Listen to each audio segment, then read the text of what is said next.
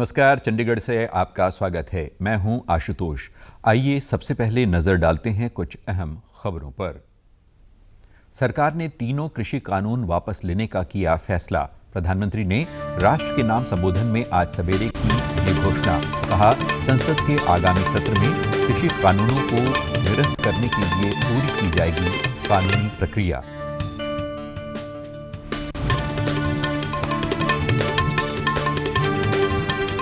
देशव्यापी टीकाकरण अभियान के अंतर्गत अब तक लगाए जा चुके हैं 115 करोड़ 23 लाख से अधिक कोविड रोधी टीके। और गुरु नानक देव जी का 552वां प्रकाश पर्व मनाया जा रहा है पूरी धार्मिक श्रद्धा और हर्षोल्लास से। अब समाचार विस्तार से। प्रधानमंत्री नरेंद्र मोदी ने आज कहा कि सरकार ने तीनों कृषि कानून वापस लेने का फैसला किया है। आज सवेरे राष्ट्र के नाम संबोधन में श्री मोदी ने घोषणा की कि संसद के आगामी सत्र में ये कृषि कानून निरस्त कर दिए जाएंगे। उन्होंने कहा कि तीनों कृषि कानून किसानों के हित में थे, लेकिन सरकार अपनी तमाम कोशिशों के बावजूद किसानों के एक वर्ग को इसे समझा नहीं पाई। इस महीने के अंत में शुरू होने जा रहे संसद सत्र में, इसी महीने में, हम तीनों कृषि कानूनों को रिपील करने की संवैधानिक प्रक्रिया को पूरा कर देंगे। प्रधानमंत्री मोदी ने कहा कि तीनों कृषि कानूनों का उद्देश्य किसानों और विशेषकर छोटे किसानों को अधिकार संपन्न बनाना था। उन्होंने किसानों से आंदोलन समाप्त कर घर लौट जाने की अपील की। श्री मोदी ने कहा कि उन्होंने जो भी किया है किसानों के लिए किया और जो भी कर रहे हैं मैं देश के लिए कर रहे हैं। अपने सभी आंदोलनरत किसान साथियों से आग्रह कर रहा हूं, आज गुरु पर्व का पवित्र दिन है। अब आप अपने अपने घर लौटे, अपने खेत में लौटे, अपने परिवार के बीच लौटे। आइए एक नई शुरुआत करते हैं। प्रधानमंत्री ने कृषि क्षेत्र के लिए एक महत्वपूर्ण पहल की भी घोषणा की। उन्होंने शून्य बजट आधारित कृषि को बढ़ावा देने, देश की बदलती जरूरतों के अनुसार फसल पद्धति बदलने और न्यूनतम समर्थन मूल्य MSP को अधिक प्रभावी और पारदर्शी बनाने के लिए एक समिति बनाए जाने की भी घोषणा की। इस समिति में केंद्र सरकार, राज्य सरकारों, किसानों, कृषि वैज्ञानिकों और कृषि अर्थशास्त्री इस कमेटी में शामिल होंगे। केंद्र सरकार, राज्य सरकारों के प्रतिनिधि होंगे, किसान होंगे, कृषि वैज्ञानिक होंगे, कृषि अर्थशास्त्री होंगे। साथियों, हमारी सरकार किसानों के हित में काम करती रही है और आगे भी करती रहेगी। राष्ट्र के नाम अपने संबोधन में श्री मोदी ने छोटे किसानों के फायदे के लिए अपनी सरकार के उपायों का उल्लेख किया। उन्होंने कहा कि कृषि बजट में 5 गुना की बढ़ोतरी की गई है और हर वर्ष 1.25 लाख करोड़ से अधिक खर्च किया जा रहा है। प्रधानमंत्री ने कहा कि उन्होंने अपने 5 दशक के सार्वजनिक जीवन में किसानों की कठिनाइयों और चुनौतियों का नजदीकी से अनुभव किया है। श्री मोदी ने कहा कि सरकार ग्रामीण बाजार की मूलभूत सुविधाओं को मजबूत कर रही है। उन्होंने कहा कि न केवल सरकार ने न्यूनतम समर्थन मूल्य में वृद्धि की है, बल्कि खरीद केंद्रों में भी रिकॉर्ड बढ़ोतरी की है। प्रधानमंत्री ने कहा कि सरकार ने किसानों को उचित दर पर बीज उपलब्ध करवाए, सूक्ष्म सिंचाई की सुविधाएं दी तथा 22 करोड़ मृदा स्वास्थ्य कार्ड प्रदान किए। समाज के विभिन्न वर्ग के लोगों और राजनीतिक नेताओं ने प्रधानमंत्री द्वारा कृषि कानून वापस लिए जाने का स्वागत किया है।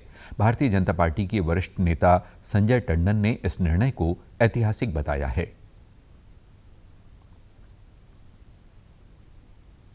सबसे पहले तो आज के गुरुपूर्व के अवसर पर मैं सब समूह देशवासियों को आज के इस दिन की बधाई देता हूं। इसके साथ ही साथ आज सुबह प्रधानमंत्री जी ने खास तौर के ऊपर जो ये हमारे 2 राज्यों के अंदर कुछ किसानों के जो आंदोलन चल रहे थे, उनकी सहूलियत के लिए उन्होंने तीनों जो बिल हैं उसको विड्रॉ करने का एक निर्णय भी अनाउंस किया।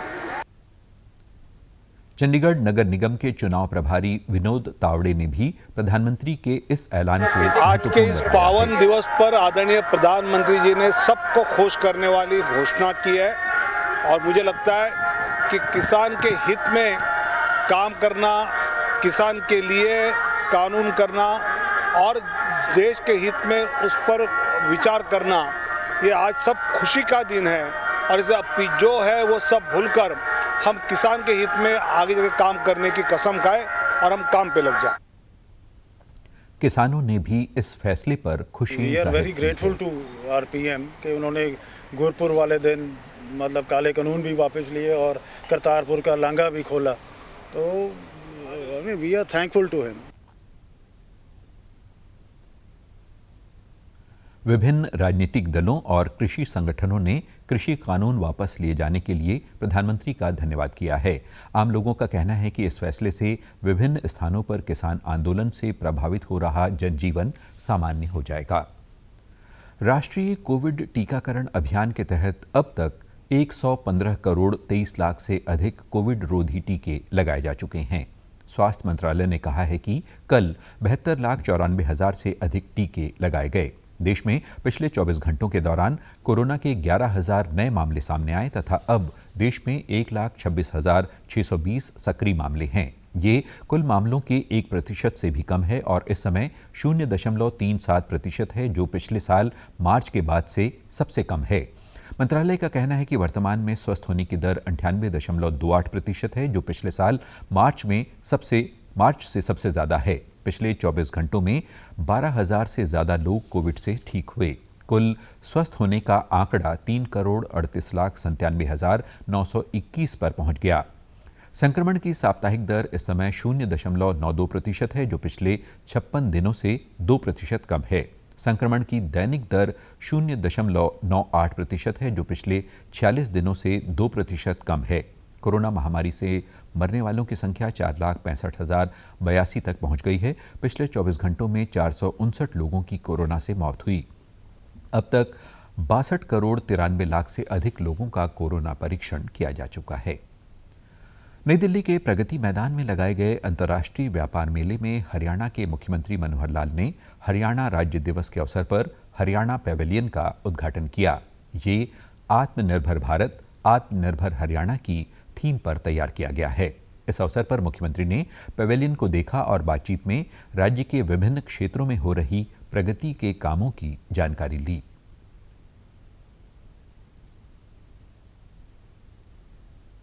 एक गुड गवर्नेंस का या ईज ऑफ लिविंग का कोई अच्छा पैमाना सुझाव के रूप में आता, उसको हम लागू करते हैं। इसलिए हर क्षेत्र में आगे बढ़ रहे हैं आपके सुझाव से, आपके सहयोग से, क्योंकि सहयोग सबका चाहिए। प्रधानमंत्री जी ने कहा सबका साथ, सबका विकास, सबका विश्वास, सबका प्रयास। अगर प्रयास सब नहीं करेंगे तो भी आगे नहीं बढ़ सकते। इसलिए आप सबके प्रयास भी चाहिए, आपका सहयोग भी चाहिए।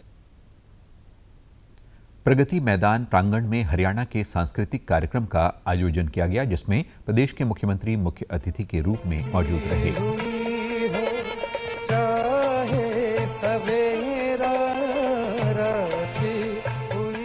हरियाणा के पैवेलियन में राज्य में उत्पादित विभिन्न वस्तुओं की प्रदर्शनी लगाई गई है। सरकार द्वारा विभिन्न योजनाओं के तहत किए जा रहे कल्याणकारी कामों को भी प्रदर्शनी में दिखाया गया है।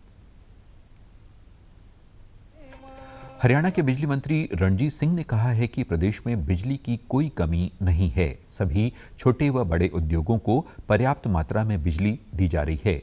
कुछ भ्रांतियों पर प्रतिक्रिया देते हुए उन्होंने कहा कि प्रदेश भर में 5,000 मेगावाट बिजली सरप्लस है। हरियाणा के थर्मल पावर प्लांट से 2,500 मेगावाट से अधिक बिजली की प्रोडक्शन हो रही है, जिसमें से 1,700 मेगावाट का ही इस्तेमाल किया जा रहा है। रणजीत सिंह ने कहा कि यदि वायु प्रदूषण के चलते थर्मल पावर प्लांट में बिजली प्रोडक्शन बंद भी हो जाए तो भी प्रदेश में किसी तरह का कोई बिजली संकट नहीं है। 2510 है पर 1,700 मेगावाट चलिए, वो अगर हम बंद कर देंगे तो भी हम पे 5,000 मेगावाट इन हैंड स्पेयर रहती है, तो कोई इशू नहीं है। हरियाणा में बिजली की वजह से कोई इंडस्ट्री बंद हो ऐसा नहीं है। चाह रहे हैं कि हम पूरा कोऑपरेट कर रहे हैं कि प्रदूषण नहीं आए, मतलब सभी के लिए आप और हमारे सेंटर सभी के लिए खतरनाक है। तो इस बात पे मैं थोड़ी सी पोजीशन क्लियर करने के लिए बिजली मंत्री ने कहा कि मौजूदा समय में प्रदेश सरकार के पास 12,000 मेगावाट बिजली उपलब्ध है। वहीं हरियाणा में एक दिन में सबसे ज्यादा 7,000 मेगावाट तक बिजली का इस्तेमाल हो रहा है। ऐसे में 5,000 मेगावाट बिजली उनके पास सरप्लस है। यदि थर्मल पावर प्लांट से मिलने वाली 2,510 मेगावाट बिजली की प्रोडक्शन बंद भी कर दी जाती है तो प्रदेश को कोई फर्क नहीं पड़ेगा। उन्होंने कहा कि हरियाणा में पर्याप्त बिजली की उपलब्धता है। गर्मी के दिनों में जब बिजली की सबसे ज्यादा डिमांड थी तब भी हरियाणा सरकार ने सभी छोटे व बड़े उपभोक्ताओं को पर्याप्त बिजली उपलब्ध करवाई, जबकि पड़ोसी राज्य में लंबे कट लगाए गए। हरियाणा में सभी उद्योगों को बिना बाधा के बिजली यूं ही मिलती रहेगी। वायु प्रदूषण पर बिजली मंत्री ने कहा कि प्रदेश सरकार लगातार इस संबंध में कदम उठा रही है। गुरु नानक जयंती यानी गुरु पर्व आज देश और विदेश में धार्मिक श्रद्धा और उल्लास के साथ मनाया जा रहा है। आज ही के दिन पहले सिख गुरु गुरु नानक देव जी का जन्म हुआ था, जिन्होंने सिख धर्म की स्थापना की थी। इस वर्ष गुरु नानक देव जी की 552वीं जयंती है। इस अवसर पर दुनिया भर में श्रद्धालु गुरुद्वारों में मत्था टेक रहे हैं। अमृतसर के स्वर्ण मंदिर में गुरु पर्व पर विशेष व्यवस्था की गई है।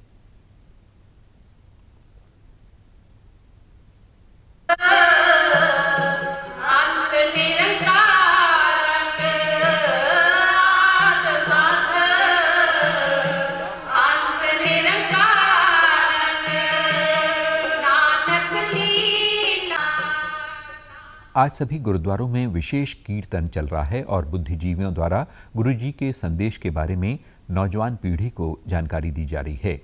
गुरु नानक देव जी के जन्म स्थान पाकिस्तान स्थित गुरुद्वारा ननकाना साहिब में भी विशेष कार्यक्रम चल रहे हैं। भारत से लगभग 2,500 श्रद्धालुओं का जत्था ननकाना साहिब पहुंचा है। राष्ट्रपति रामनाथ कोविंद और उपराष्ट्रपति एम वेंकैया नायडू ने गुरु नानक देव जी के प्रकाश पर्व पर देशवासियों को शुभकामनाएं दी हैं। कोविंद ने कहा है कि गुरु जी की शिक्षा से मानव के आध्यात्मिक कल्याण में वृद्धि होती है तथा गुरु नानक देव जी ने शांति और भाईचारे का संदेश दिया है। वेंकैया नायडू ने कहा है कि गुरु जी के उपदेश हमारे जीवन में हमेशा प्रेरणा देते रहेंगे। प्रधानमंत्री नरेंद्र मोदी ने मन की बात कार्यक्रम में कहा था कि उन्हें गुरु नानक देव जी के आदर्शों से बड़ी प्रेरणा मिली है। आज प्रकाश पर्व के विशेष अवसर पर राष्ट्र के नाम अपने संदेश में कृषि कानूनों को वापस लेने की घोषणा करते हुए भी प्रधानमंत्री ने गुरुजी के सेवा के संदेश का उल्लेख किया। प्रधानमंत्री ने कोरोना काल के दौरान बंद हुए करतारपुर साहिब गलियारा के फिर से खुलने पर खुशी प्रकट की है। प्रधानमंत्री ने एक ट्वीट में कहा है कि न्यायपूर्ण, करुणामयी और समावेशी समाज की श्री गुरु नानक देव जी ने की जो दृष्टि है वो सबको प्रेरित करती है। पंजाब के मुख्यमंत्री चरणजीत सिंह चन्नी ने भी प्रकाश पर्व पर सभी को बधाई दी है। चंडीगढ़ में भी सभी गुरुद्वारों को विशेष तौर पर सजाया गया है। गुरुद्वारों में दीपमाला की गई है। पंचकुला में गुरुद्वारा श्री नाडा साहिब में सुबह से ही श्रद्धालुओं का तांता लगा हुआ है। गुरुद्वारों में विशेष लंगर चल रहा है। कोरोना वायरस का खतरा अभी टला नहीं है, इसलिए सभी से निवेदन है कि बाहर जाने के समय मास्क जरूर पहनें, सामाजिक दूरी बनाए रखें, बार बार अपने हाथ साबुन से धोएं और सैनिटाइजर का इस्तेमाल करें। वैश्विक महामारी कोविड-19 जिसका कहर संपूर्ण मानव जाति को अपनी आगोश में ले चुका है। फेस मास्क कोरोना से रोकथाम का सबसे प्रभावी उपाय साबित हुआ है। विश्व स्वास्थ्य संगठन और विशेषज्ञों की शोध का भी यही निष्कर्ष है कि मास्क से मुंह और नाक को अच्छी तरह ढककर कोरोना संक्रमण को कम किया जा सकता है। कोरोना संक्रमण से बचाव के लिए मास्क पहनने के साथ ही जरूरी है मास्क को सही तरीके से पहनना। बहुत से लोग मास्क से नाक और मुंह को सही तरीके से नहीं ढकते हैं, जिससे संक्रमण का खतरा बना रहता है। बिना मास्क या फेस कवर के घर से बाहर निकलने की अभी कल्पना करना भी सही नहीं है। Mask up India.